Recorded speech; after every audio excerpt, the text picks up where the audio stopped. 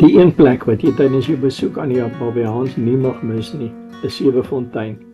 Die eerste plekkie wat ons daar raak sien, is die nuwe Arts and Crafts padstal. Kry dan vir Patrick Reiters om jou gids te wees. Luister hoe vertel hy jou van die boorgat wat vir byna 100 jaar onverkwist water lewe. Aan die groep van Pretoria, Johannesburg, warme welkom vir julle vandag.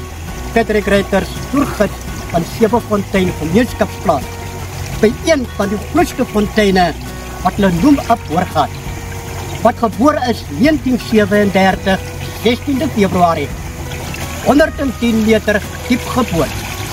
Gee by die plaas Sewefontein 49.500 liters vars water per uur.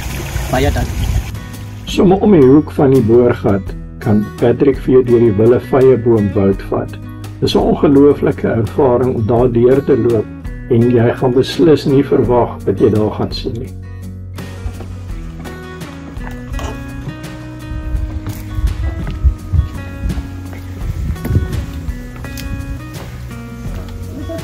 Van die bome baie goed omgekap.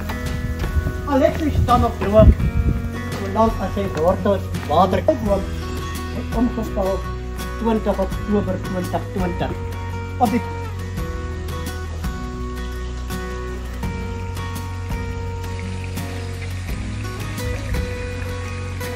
daar jy sê wat verleer ek het nou. En ek sê van